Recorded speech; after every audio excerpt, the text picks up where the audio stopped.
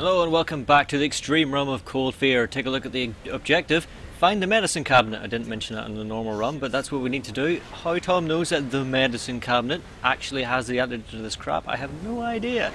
But he does, so we're going to head off and do just that. Like I said in the normal run, if we run straight towards that without pausing, we'll get hit by the water, so we do have to wait for that first one.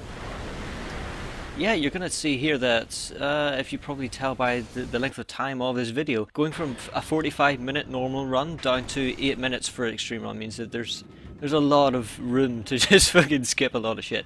Most of the time it's just running past enemies. And also the scientific module behind us, we didn't need to go in there either.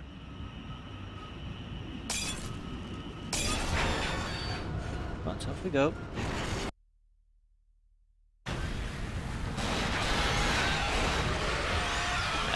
Okay, now I'm going to make a mistake here and try to squeeze past this chump and pay for it. Oh, fuck. Anyway, what we're going to do this time is we're going to do some jokes, I think. Yeah, I've got a couple from some fellows, and we're going to start with one from Azrin. Stalin is giving a speech and someone sneezes. Stalin stops and says, "Who sneezed?" The room is silent. Stalin orders his guards to take the last row out and shoot them. Shots are heard from outside, and he continues his speech. Someone sneezes again. Again, Stalin demands, "Who sneezed?" This time, a man in the second to last row raises his hand meekly. Stalin glares at him. "What is your name?" "Nikolai," the man stutters. Stalin says, "God bless you, Nikolai," before continuing his speech. That's kind of dumb. I mean, really, is there meant to be a joke in there at all? I can't tell. It's also pretty long, but unfortunately it's not as long as the one from Rococo. Oh god, right, let's make a start on this one. This will take some time. There was once a great sea captain named Captain Bravo, famous for never showing a hint of fear in the face of adversity.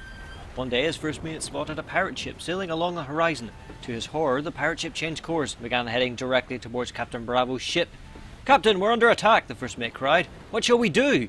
Captain Bravo fixed a steely gaze on the approaching ship and said, "Cabin boy, fetch me my red shirt."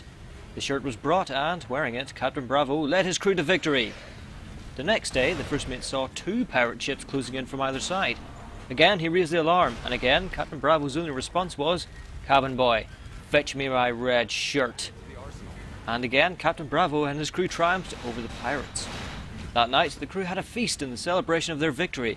Filled with rum and good cheer, the first mate turned to the captain and asked, "Why do you always ask for your red shirt before battle? Is it a good luck charm?" Captain Bravo smirked and shook his head. "I wear that shirt not for myself, but for all of you," he said.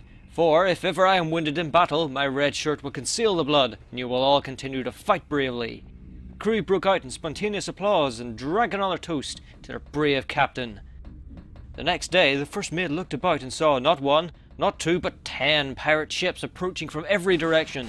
He turned to the captain and waited for the inevitable response. Captain Bravo glared for a long time at the surrounding ships. "Cabin boy," he cried at last, "fetch me my broad pants." That's much better. Very long, but that's much better. It's not even a bad joke. It's a decent joke. Well done. But it's not a bad joke. So you suck. Well, let's see if you can do any better with these other ones.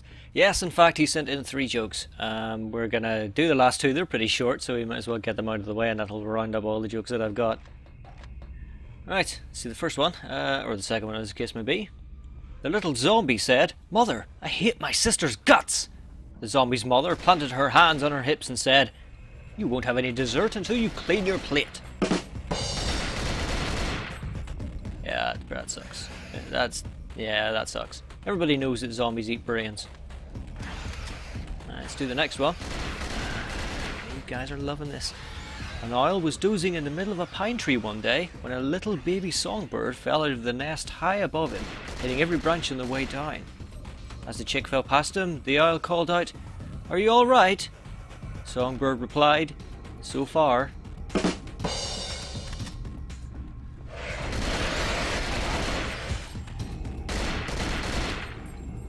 I don't get it.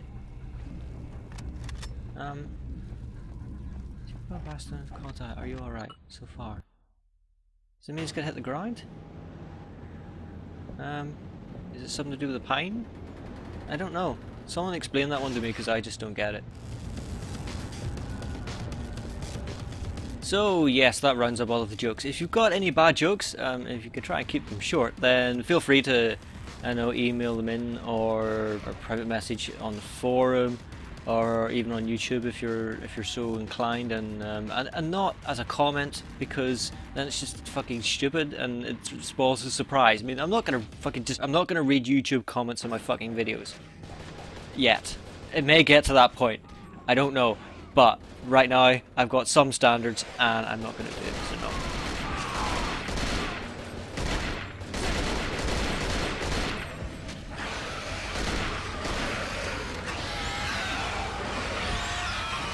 What we're going to do now is we're just going to blather about some plot-related stuff.